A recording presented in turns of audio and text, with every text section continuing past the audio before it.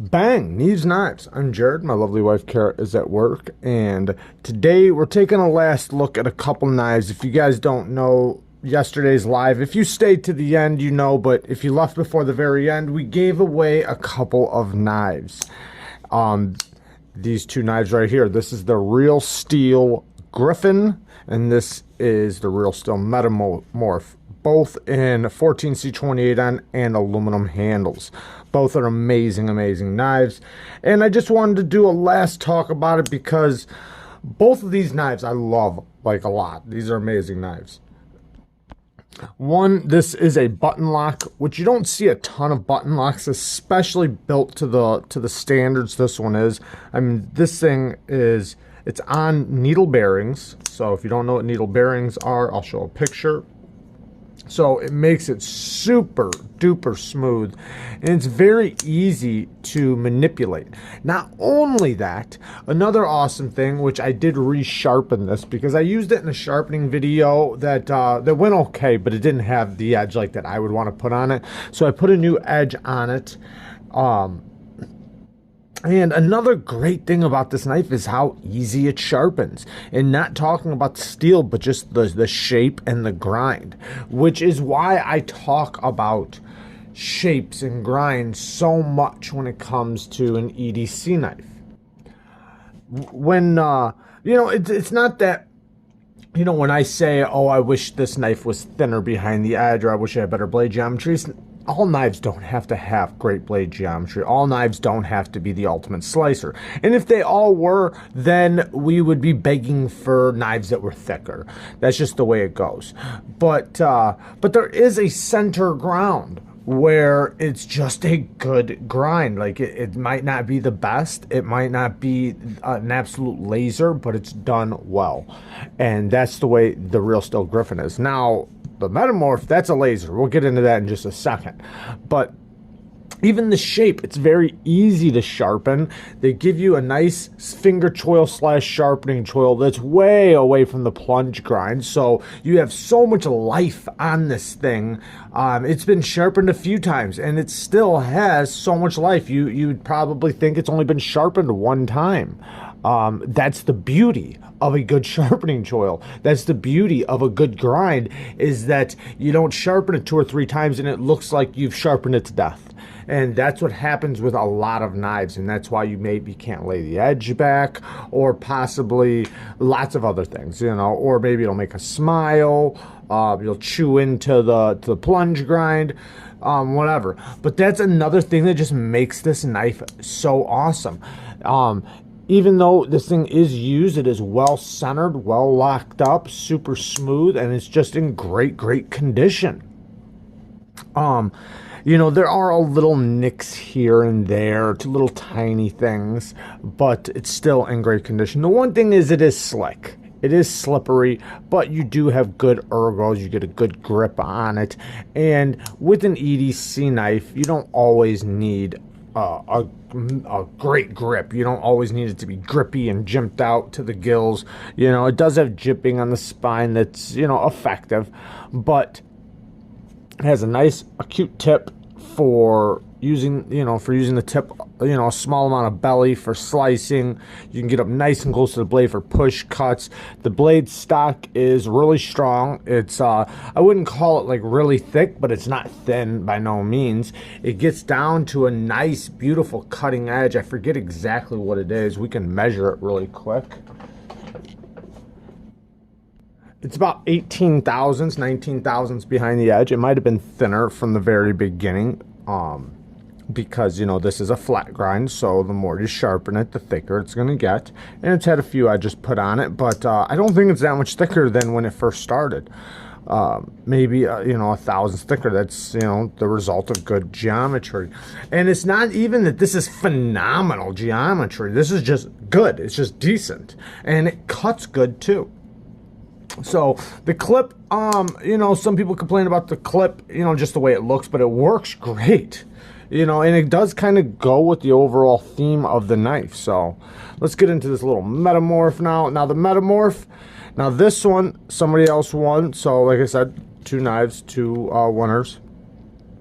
And man, it took a long time to give this one away. I mean, it felt like it was like 20 minutes. People were guessing a number, and we even had to narrow it down. We had only 50 people in there, I think, at the time when they were guessing, and it was between 100 numbers they had to guess. We had to narrow it down to 50 numbers. So what am I trying to say by saying that? Yeah, you missed out. You most likely would have picked the number that won the knife, but you weren't there, were you? I'm just joking. Maybe you were. But no, this knife is incredible. Well centered, great blade to handle ratio. The front flipping action is incredible. The detent is so tuned for a front flipper, it just works. Now the one thing is, this one is slick as well. It is aluminum, anodized aluminum, so it is slick. So you do have to kind of hook that clip just a little bit, you know, or you can like kind of cup it like that. But it's so easy to break that detent because of the way the jimping and the flipper tab is. It might take you 1 or 2 times to get it down, but once you do, you won't fail it ever. Very, very smooth. I think this one's on needle bearings as well. Very, very smooth. Incredibly smooth. And now they have these in micarta in smaller versions, so this one is the bigger version, which is a full-size knife. You know, I forget the measurement exactly. It's probably an 8-inch knife. Regardless, it's a full-size knife. But the blade stock is super, super thin. As you can see, I mean, it is an absolute laser. Very thin behind the edge. And it is a flat ground blade.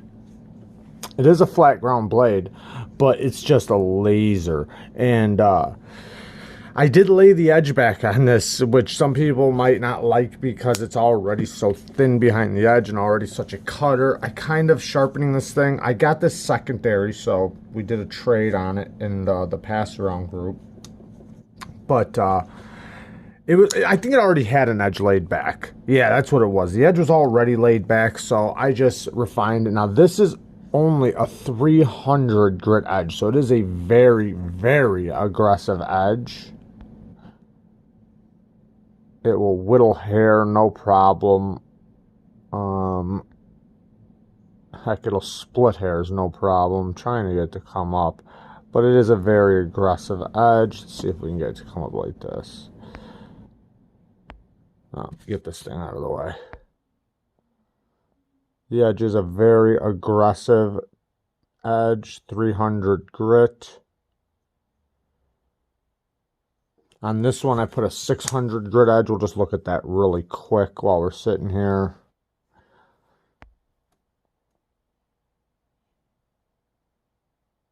I know to the naked eye they might look pretty similar, but they are very different. This one is a lot toothier, a lot more bite.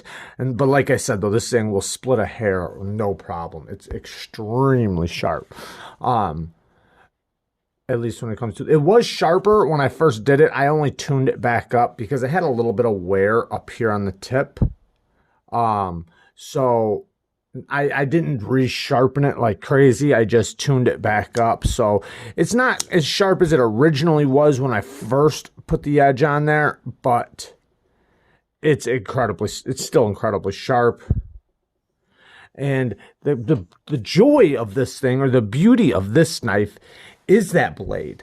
The blade is almost like a letter opener, I guess you could say, which the shape of a letter opener and the style of a letter opener is very useful. I mean, you can just slice things so fast. I mean, this thing, I'm going to have to get another knife that fits this bill that this knife did.